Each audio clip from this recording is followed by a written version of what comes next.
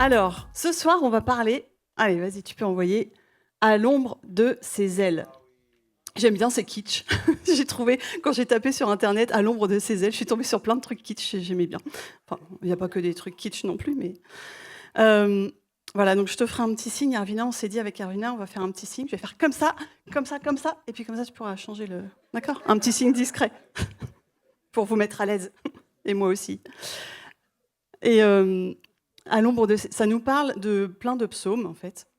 Et souvent, on prie comme ça, Seigneur, bon, souvent, en tout cas, moi, ça m'est arrivé, peut-être vous aussi, garde-moi à l'ombre de tes ailes. C'est genre, protège-moi, Seigneur. Il y a des moments où on a besoin de cette protection, puis on fait bien parce que Jésus, c'est celui qui nous protège. Jésus, il a tout accompli sur la croix pour qu'on puisse venir justement à l'ombre de ses ailes, pour qu'on puisse être protégé. Donc, on fait bien. Et il y a un chant que j'ai connu, tiens, je crois que je l'ai mis après. Non, je ne vais pas vous le faire tout du long, je vous rassure. Abrite-moi sous tes ailes. Je l'ai chanté quand j'étais plus jeune, encore plus jeune, et c'était un chant que je chantais. Il y a eu des moments dans ma vie qui étaient compliqués, et je me rappelle, je le chantais, mais j'avais genre les larmes et tout. Ça, abrite-moi. C'était. Vous vous souvenez de ce chant? Il était beau, hein, il prenait aux tripes, hein. Et, euh, et j'avais raison. Mais avec le temps, j'ai compris que la vérité, c'est qu'effectivement, il fallait que moi, je me mette à l'abri sous ses ailes. Il y a une toute petite nuance, vous verrez, je l'expliquerai. Et je vais vous partager les versets que j'ai trouvés quand même voilà, sur la Bible. Voilà. Allez. Psaume 57. Fais-moi grâce, ô Dieu, fais-moi grâce, car c'est en toi que mon âme cherche un refuge. Je cherche un refuge à l'ombre de tes ailes. Jusqu'à ce que le malheur soit passé, je crie au Dieu très haut, au Dieu qui agit en ma faveur. David, il l'a souvent dit. On en a un autre, le psaume 17, verset 8. Garde-moi comme la prunelle de ton œil. Il est beau celui-là.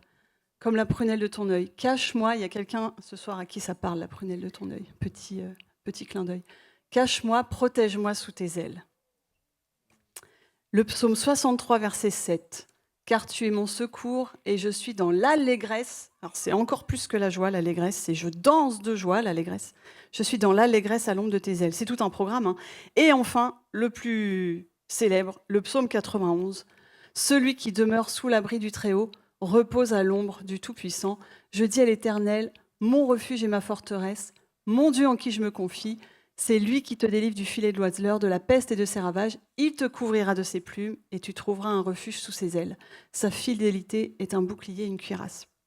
C'était un peu pour vous mettre le cadre, mais en gros, les ailes de Dieu, se mettre à l'abri sous ses ailes, c'est vraiment être dans le repos, dans la protection. Ça parle de la protection divine.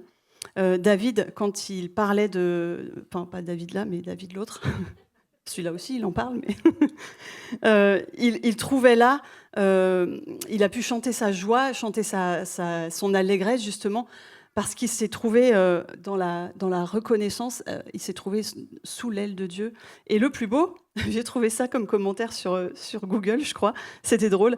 À la fin, c'était écrit « Et le plus beau, c'est que nous pouvons tous trouver la même chose ». Je me suis dit « Ah bah, Google, il est bien rencardé ».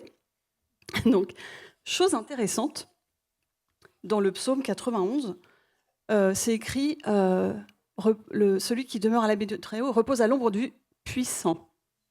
Et en fait, ça dépend des traductions. Des fois, c'est des traductions qui disent à l'ombre du tout-puissant. Et puis, j'ai cherché un peu, j'ai trouvé que c'était pas écrit Kol Shaddai, donc tout-puissant, mais c'était écrit seulement Shaddai. Et Shaddai, quand il est tout seul, ça peut vouloir dire deux choses. Ça peut vouloir dire puissant, mais ça veut dire aussi que Dieu est comme une maman qui allaite son enfant. On en a déjà parlé de ça. Shaddai, c'est le dieu des mamelles, le dieu qui allaite. Et du coup, dans ce contexte-là, je trouvais que ça donnait vraiment du sens. Donc, dans la Bible, le mot « elle », on le retrouve plusieurs fois dans le sens de refuge, secours, puis c'est même cet endroit où je suis comme un enfant allaité, quoi. Je suis repu. Et dans le psaume 91, même dans une autre traduction, on trouve il te protégera, tu trouveras chez lui un refuge, comme un poussin sous les ailes de sa mère. Et là, je me suis dit, ah ouais, c'est intéressant, parce que les poussins, c'est vraiment des petits êtres tout fragiles, tout ça. Puis on voit qu'ils suivent leur mère partout où elle va, en fait. Quand la maman, elle va Elle va picorer, le poussin il picore, même s'il ne sait pas ce qu'il picore, mais il fait comme elle. Là où elle marche, il marche. Enfin, on voit bien, vous avez déjà vu même les bébés canards, tout ça. Enfin, ils suivent. Et puis je me suis dit, ah, est-ce que c'est comme ça qu'on est avec Jésus, en fin de compte?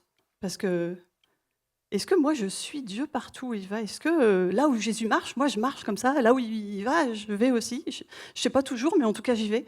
On a envie d'être comme ça, en tout cas. Là tout à l'heure, c'était énorme. Le cœur de Dieu qui rejoignait le nôtre, je ne sais pas comment expliquer, mais en tout cas, on sentait ça dans le sens, là, je m'abandonne, j'ai envie, enfin, là où tu es, j'ai envie d'être, j'ai envie de sentir ça tout le temps, j'ai envie d'être connecté à toi, Seigneur. Mais est-ce qu'on le suit partout? Puis c'est là le nœud, en fait. Vous allez voir, je vais y venir tranquillement. Et au début, c'est sympa, puis après, ça tire un peu comme ça. Mais c'est bien, vous allez voir.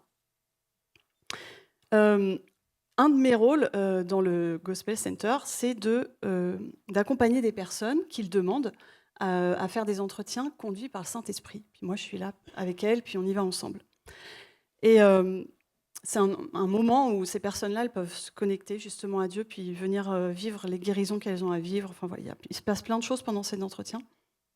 Et il y a quelques temps, j'ai fait un entretien, j'en ai fait plusieurs, mais une personne en particulier qui, en fait, a eu la révélation. Alors, il y a que le Saint-Esprit qui peut montrer ça quand même, parce que c'est une chrétienne. Genre, je fais des entretiens avec des gens qui sont chrétiens, pas des nés de nouveau, quoi, hein, pas des gros cas qui sont où il n'y a rien à récupérer. Enfin, je veux dire, c'est pas des entretiens de sauvetage ou je sais pas quoi. Et cette personne, donc chrétienne et née de nouveau, elle doutait de l'amour de Dieu. Elle a découvert ça parce qu'elle n'en avait pas conscience. Et elle doutait même de l'existence de Dieu. Et du coup, là, on n'est plus dans abrite-moi sous tes ailes. Parce que du coup, si je suis même pas sûre que Dieu existe, si quelque part en moi, il y a quelque chose, je suis fractionnée, je suis divisée, il y a une part qui veut courir dans les bras de Jésus et l'autre part qui dit il n'existe même pas. Bon, là, ça va être compliqué d'aller s'abriter sous ses ailes quand même. Alors, évidemment, il y avait de bonnes raisons à ça. On a prié, elle a pardonné, elle a renoncé au mensonge. Enfin voilà, l'histoire se termine bien, elle a pu reconnecter avec Dieu. C'était magnifique. Mais ce que je veux vous montrer là, c'est que c'est nous qui choisissons, avec tout ce qu'on est, avec tout ce qu'on a, avec tout ce qu'on traîne, c'est nous qui choisissons ou non de nous mettre sous les ailes de Dieu. La poule, elle ouvre ses ailes et puis les poussins, ils viennent, quoi. Elle va pas leur courir tous après, attends, viens là, toi, viens là, toi. Elle essaye de faire ce qu'elle peut, mais Dieu, c'est pareil, il ouvre ses ailes, hein. Mais il va pas vous forcer à y aller, hein. Nous forcer. Et puis du coup, si on n'est pas dessous, là, vous savez bien ce qui se passe. Les tentations, on n'est plus protégé, quoi. Et en fait, on a beau être chrétien, quelquefois, pas dans tous les domaines de nos vies, hein, mais Sandra, elle en parle souvent, hein, comment on est fractionné, comment notre cœur il peut être scindé. Puis il y a une partie qui veut, puis il y a une partie qui... Puis on est comme ça. Et du coup, on a, comme on dit souvent, un cœur d'orphelin. Et on n'est plus en train de suivre vraiment Jésus frénétiquement partout, quoi. Oui, là où tu vas, je vais. Oui, bon, non. Vous voyez l'image? Et d'ailleurs, quand on a été blessé, et reblessé, et re-reblessé, et re-re-re-re-re-blessé, c'est pour ça que Jésus nous dit pardonner 70 fois 7 fois. Blessé, Seigneur, t'es gentil, mais là, re-re-re-blessé, re-re-re-re-blessé, je sais pas si je vais retourner. Oui, parce qu'on peut être blessé dans l'église, pour ça on en a déjà parlé. Mais... Et à chaque offense, un mensonge sur Dieu. Et sans le savoir, on est loin de son aile. Il y a des murs énormes entre moi et Dieu, et je peux continuer à faire mes trucs de chrétien, parce que je suis toujours là. Je sais, en fait, c'est parce que je sais que Dieu est celui qui dit qu'il est. Au fond de moi, ça me parle, je le sais. Mais il y a des blocages. Et je chante, je loue, il faut prier, je prie, je lis des livres, tout ça, puis au fond de moi, il y a des moments où je le vois pas. Je le sens pas, je l'expérimente pas, je me dis... Pff. Et puis je suis un peu en dehors de la zone. Et du coup, quand il pleut, je suis tout mouillée. Et puis quand il fait froid, quand il fait froid, j'ai froid. Je suis plus à l'abri, là, sous son aile. C'est là où je veux en venir. Je peux le chanter de tout mon cœur, mais si j'ai besoin de me persuader à chaque fois, genre je suis là, ah, je m'abandonne, oui, oui, mais j'y arrive pas, je m'abandonne. Bon. Ça va être mieux à la fin, vous allez voir. On va aller... Donc, l'aile de Dieu, vous avez compris, c'est un lieu bien défini. J'en avais déjà parlé, c'est quelque chose qui me revient tout le temps. Il me le rappelle sans arrêt, quand je prie avec les gens. Ah bah voilà. Ah, heureusement que tu suis, parce que j'ai pas... Ouais. Est-ce que je suis Dieu partout où il va? Donc l'ombre de Dieu, l'ombre de l'aile, c'est un lieu défini. D'ailleurs, une ombre, on voit quand il y a une ombre qui est projetée, moi je vois l'ombre là du pupitre, c'est clair, c'est là, je pourrais le dessiner, quoi. Donc c'est un lieu précis. C'est quoi cet endroit? C'est quoi qui délimite cette ombre-là? Et ça, on en a déjà parlé plein de fois. On va aller dans les Deutéronomes, parce qu'en fait, les ailes, dans les psaumes, il y a une référence, ça fait référence au départ, en tout cas, dans l'Ancien Testament. Moïse parle dans le Deutéronome 32, voilà. Et il parle de ça. C'est une référence directement à ça. Pensez au jour d'autrefois. Il parle au peuple, à son peuple. Remontez le cours des années, demandez à vos parents et aux vieillards de vous raconter le passé. Lorsque le Dieu Très-Haut a réparti les pays entre les hommes, il a fixé les frontières des nations, il a placé chaque peuple sous l'autorité d'un être céleste. Alors celui-là, je me le garde de côté parce que j'ai envie que Eric nous prêche là-dessus, un de ces quatre. Hein? Ça vous met... Non, ça fait pas ça comme ça? Hein? Ouais, hein? Ouais. Mais bon, c'est pas pour ce soir, désolé. Mais il s'est réservé le peuple d'Israël, il a pris sous sa protection les descendants de Jacob. Le Seigneur a trouvé Israël au désert, au milieu des hurlements des chacals. Il a pris soin de lui, ouais, donc c'était terrible. Et lui, il a pris comme son peuple comme un peuple tout fragile comme ça, qui était en danger. Il a veillé sur lui comme sur la prunelle de ses yeux, encore la prunelle. Il fut pour lui semblable à un aigle qui plane au-dessus de son nid et invite ses petits à s'envoler, ou qui étend ses ailes au-dessous d'eux et qui les retient s'ils tombent. Le Seigneur seul a conduit son peuple. Donc voilà, ça c'est dans le Deutéronome. Donc c'est un peu la référence de David, parce que lui, il connaît tout ça.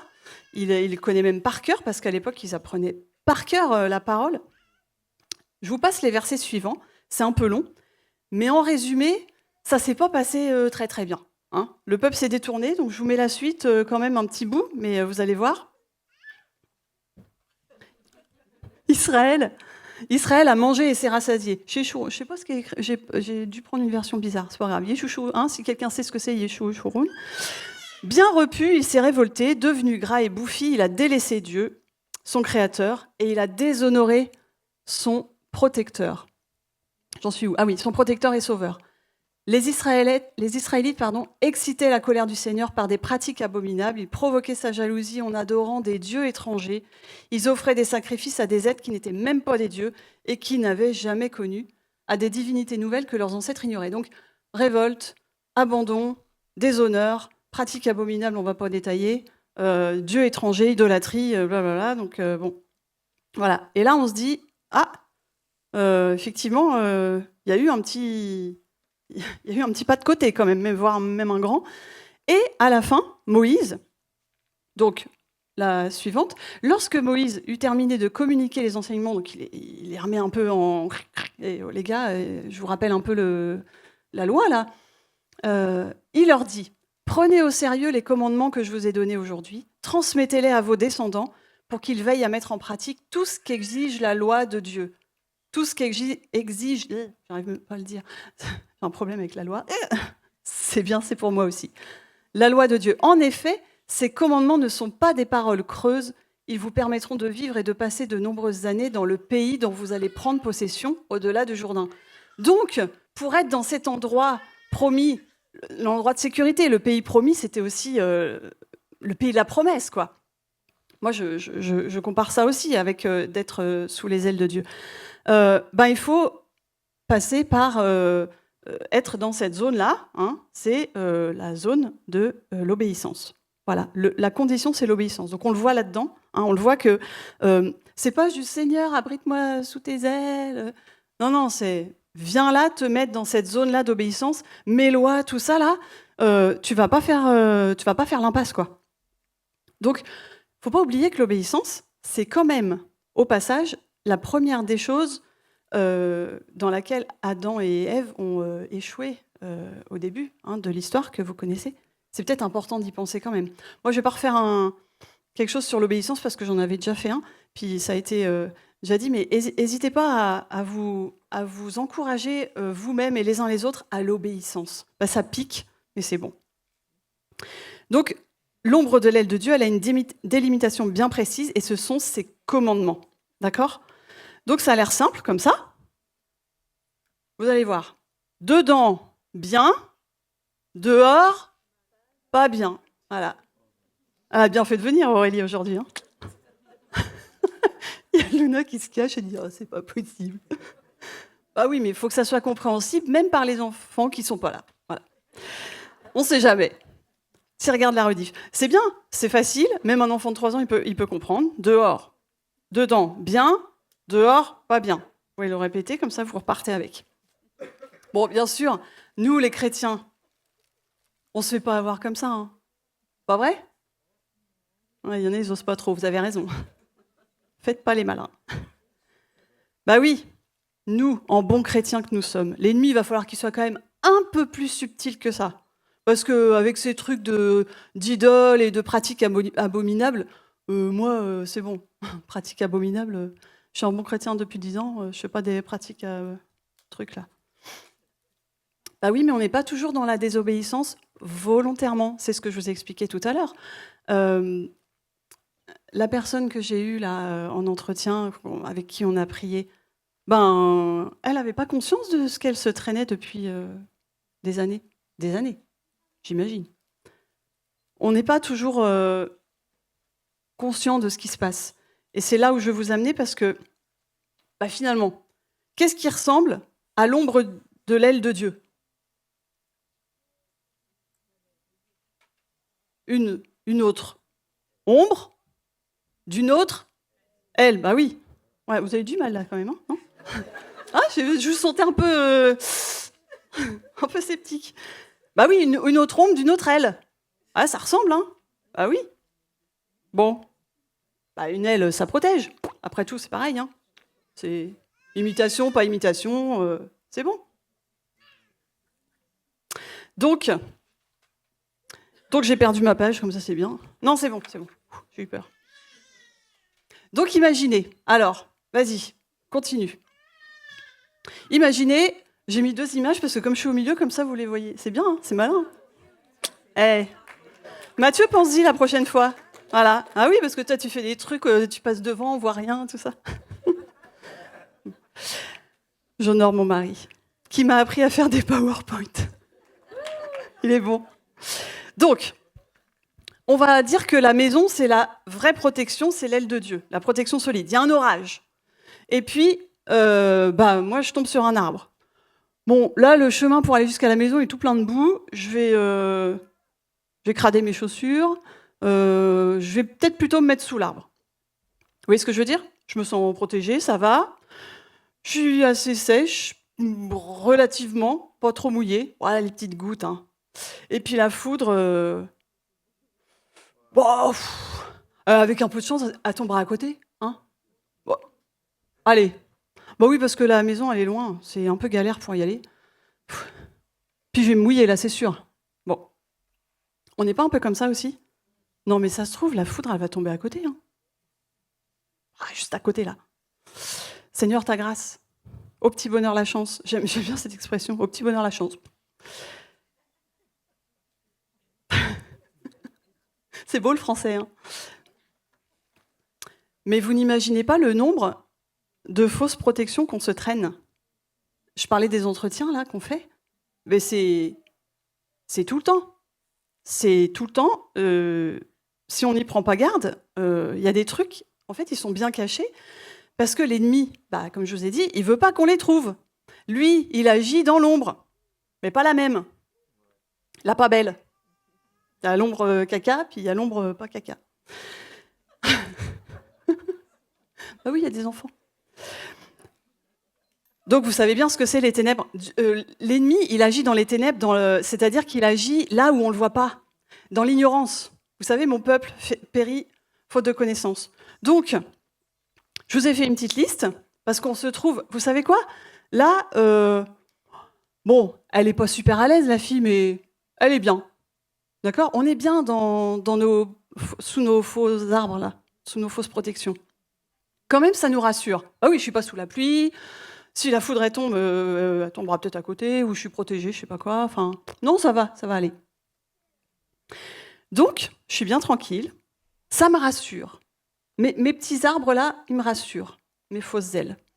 Alors, arbre numéro 1. Le non-pardon. Number 1. Celui-là, c'est le chef des autres. Il est très pratique.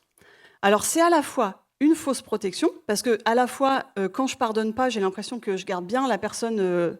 Non, celle-là, je ne pardonne pas, c'est pas possible. Donc j'ai l'impression que je la garde loin, et puis à distance, voilà. Sauf qu'en fait, c'est exactement le contraire. Mais ça, vous le savez, parce qu'on vous l'enseigne ici. Mais on va quand même le répéter, au cas où, pour les petits-enfants.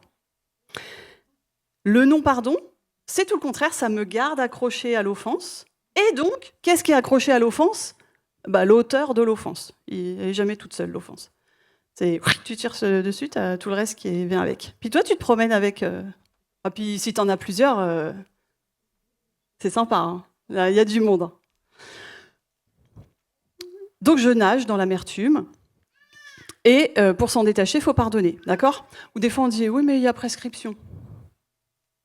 J'aime bien cela. J'ai discuté avec quelqu'un qui me disait, non, moi, j'ai beau y penser... je vois pas. Non, moi, j'ai personne à pardonner. Non, j'en veux à personne. On le voit venir. Hein. 3 minutes après,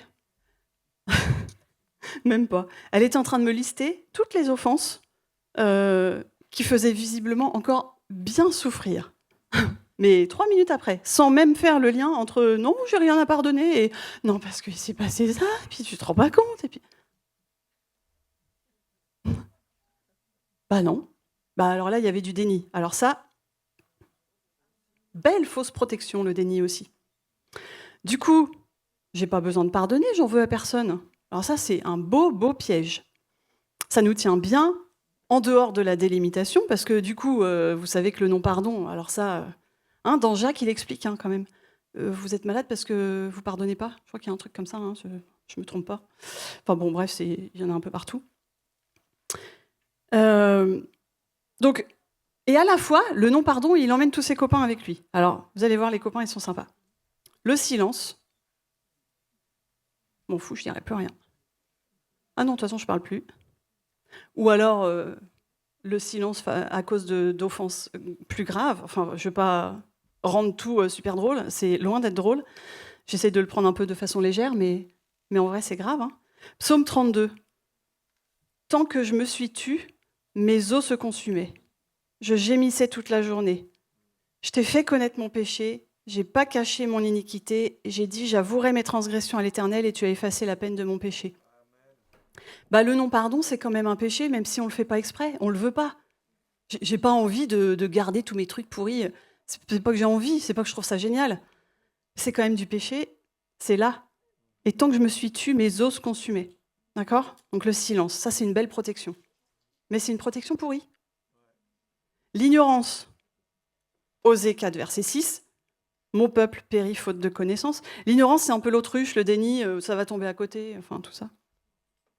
La timidité, belle fausse protection aussi. Bah oui, pour me couper des autres, il n'y a pas mieux, mais ça me protège. Comme ça, je ne suis pas obligée d'aller trop vers les gens, parce que j'ai été tellement blessée aussi. L'orgueil, c'est une fausse protection. Oui, ça se peut. L'activisme, ouais, voilà, vous les avez là. L'humour, non mais ça, c'est pas mal quand même. Et merci Sandra, parce qu'elle nous a fait une super liste dans la formation Ésaïe 61 à la pratique. Je vous fais un petit condensé. La rationalisation, raison. Quand elle se pointe aux entretiens, c'est sympa ça aussi. Le détachement, plus rien ne me touche. Ah, raison, c'est le copain de l'incrédulité. Ils vont super bien ensemble, ils sont potes. Le détachement, plus rien ne me touche, je suis déconnectée, ça ne m'atteint pas. La somatisation, les douleurs se retrouvent hop, dans le corps, c'est lui qui prend tout. La projection, ah celui-là, c'est mon préféré, la projection. On voit chez les autres tout, mais rien chez moi, chez nous. Bah ça c'est super pratique, inatteignable. Protection suprême. La peur, grosse protection, bah oui, si ça me fait peur, j'y vais pas, si j'y vais pas, je suis tranquille. L'incrédulité. Quoi? On est chrétiens, nous, non? Incrédulité, c'est quand on croit pas. Nous, on croit. Nous, on croit en Dieu. Nous, on croit en Dieu, justement, c'est tout le contraire. Bah oui, mais régulièrement, tu te sens un peu loin de Dieu. Tu te demandes pourquoi il répond pas. Pourquoi tu vis pas les super trucs du voisin? Pourquoi il vit ça, lui, puis moi... Tu sens un vide dans ta vie spirituelle, puis tu n'arrives pas à expliquer ce que c'est. Et t'es chrétien. Je le répète, hein. Je parle pas à des gens qui connaissent pas Jésus. Je vais vous raconter une petite histoire. Il y a une personne qui est venue qui n'arrivait pas à connecter avec Dieu. C'est pour vous donner des exemples concrets. Et puis, on demande à Jésus de nous montrer le mensonge. Et elle découvre qu'elle a été traumatisée en découvrant que ses parents lui avaient menti. Le Père Noël, ça n'existe pas. Trauma. La petite souris non plus. Trauma. Et là, elle s'en souvenait même plus. Hein. Pour elle, c'était normal, quoi. Elle se rend compte que, réellement, elle avait eu un traumatisme à chaque fois que ses mensonges tombaient. Elle découvre qu'elle a été, que ses parents l'ont trahie. Alors, comment voulez-vous qu'elle croie en Dieu? Tous les beaux trucs, quand elle était petite, genre le Père Noël, c'est génial, la petite souris, c'est trop cool, tous les trucs cool. Et Jésus qui vient sauver ta vie, qui t'aime, c'est cool. Bah non, c'est pas vrai non plus, c'est sûr. C'est sûr. Du coup, elle se bat, parce qu'elle a rencontré Jésus quand même, cette personne.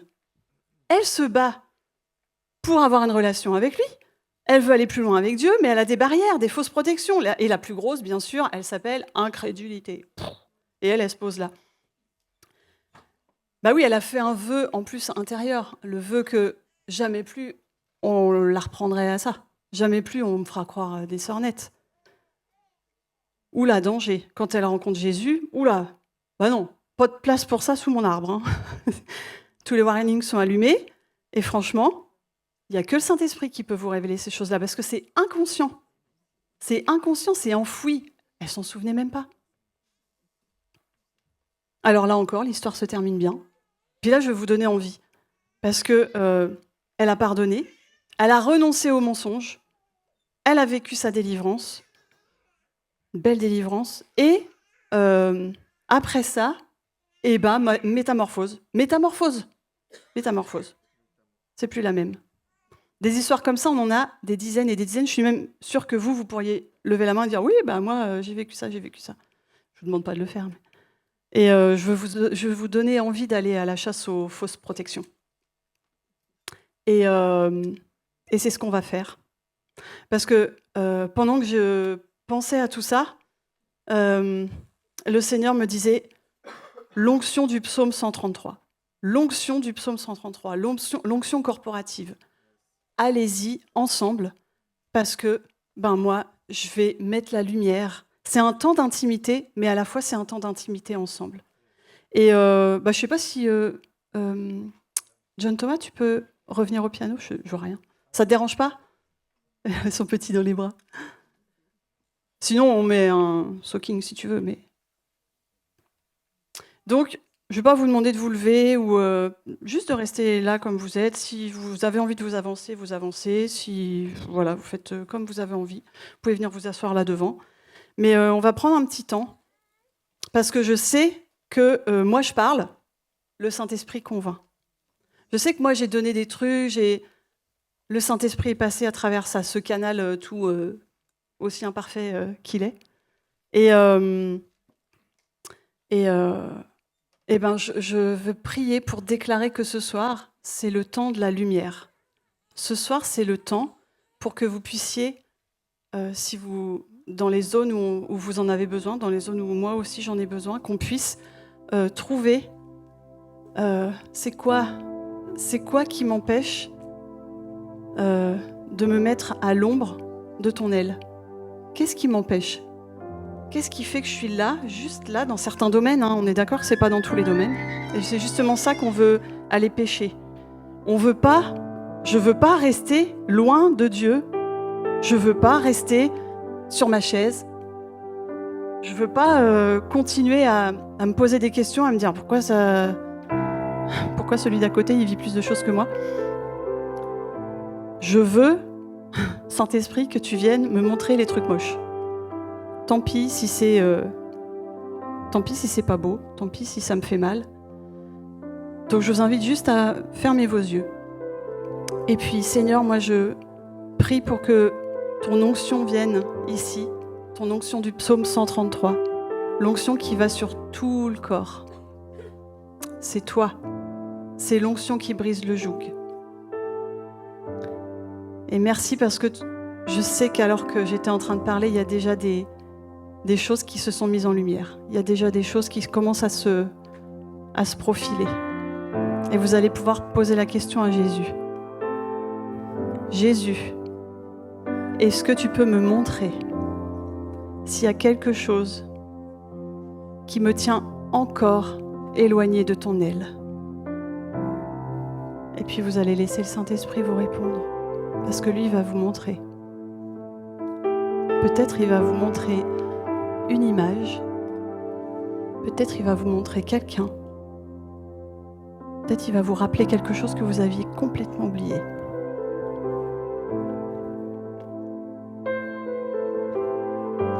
Et Jésus, est-ce que tu peux me montrer à quel mensonge j'ai cru à propos de toi ou à propos de moi?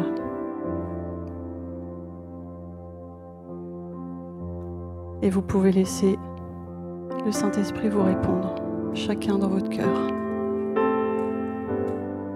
À ce moment-là, tu as cru que tu n'étais pas assez bien. À ce moment-là, tu as cru que tu n'étais pas digne d'être aimé. À ce moment-là, tu as cru que Dieu n'était pas là. Tu as cru qu'il ne t'a pas protégé.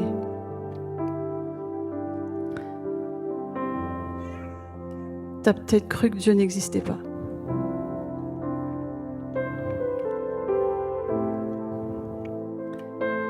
Alors Jésus, montre-moi la personne que tu voudrais que je pardonne en rapport avec ce mensonge.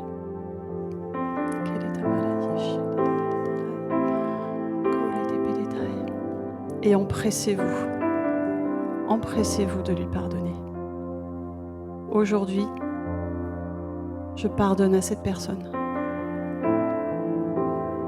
C'est pas que je lui trouve des excuses, c'est que je décide de déposer ça à la croix. C'est toi, Jésus, qui fais justice. Dans cette situation, c'est plus moi. Et moi, je me coupe de ça. Donc je décide de lui pardonner. Et je coupe les liens malsains de corps, d'âme et d'esprit avec cette personne.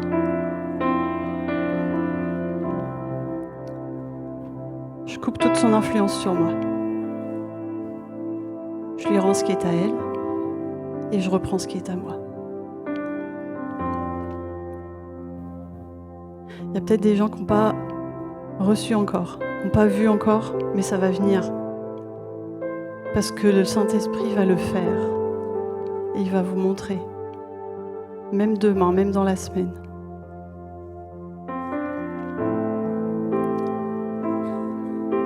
Et maintenant, je déclare que nous sommes libérés de ces fausses protections. Jésus, pardon d'avoir installé une fausse protection suite à ce trauma, suite à cette situation. Pardon d'avoir accepté d'utiliser peut-être l'incrédulité, peut-être pardon d'avoir cru à ce mensonge. Et vous pouvez renoncer à ce mensonge que Jésus vous a montré. Aujourd'hui, je renonce au mensonge que je ne suis pas digne d'être aimé. Je renonce au mensonge que tu n'étais pas là. Ça nous coupe de Dieu. d'avoir cru qu'il n'était pas là, d'avoir cru qu'il n'était pas là pour nous protéger. Je renonce au mensonge que tu n'étais pas là. Ouais. Et vous pouvez demander à Jésus, Jésus, montre-moi ce que je récupère aujourd'hui. Et laissez Jésus vous montrer. Et moi, je déclare que nous récupérons une relation à toi. Nous récupérons l'accès à ton aile. Nous récupérons cet endroit de paix et de sécurité. Tout à l'heure, les équipiers de prière, pendant qu'ils priaient, ils ont ressenti une paix intense. Je déclare que c'est pour maintenant. Je déclare que tu reçois la paix maintenant, dans ton cœur, une paix intense, une attestation de Dieu que tu es sur la bonne voie, une attestation de Dieu que tu as fait la bonne chose. Je déclare que tu reçois sa paix comme un sceau sur ton cœur, qui vient te montrer qu'il est là.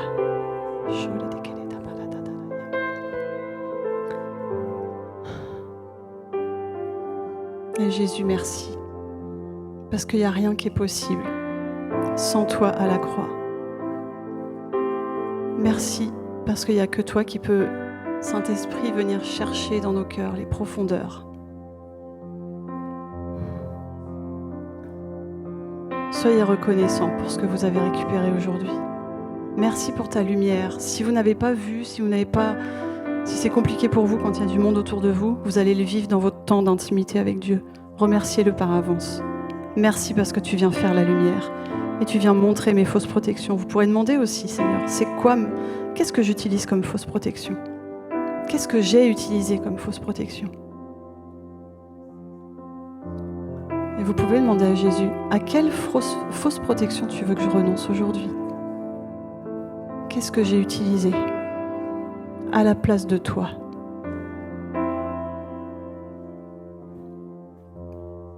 J'y renonce aujourd'hui.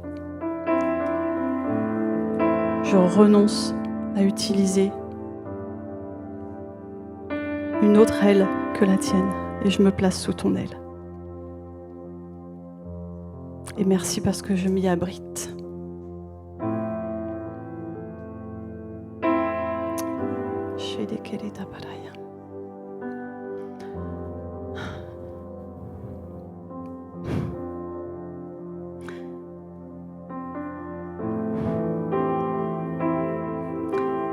J'aime tellement le Seigneur. Il fait toutes choses parfaitement. Il est bon. Il est puissant. Dans ce chant, tu peux remettre la diapo du premier chant, du chant, c'était la deuxième, je crois. Couvre-moi par ta main puissante. Ta main, elle est puissante, Jésus. Et même si les océans se déchaînent, je les traverse avec toi. Même s'il y a des tempêtes, je les traverse avec toi. Jésus, parce que je suis sous ton aile, avec toi. Je veux rien qui te remplace dans ma vie. Je veux rien qui prenne ta place. Rien. Seulement toi.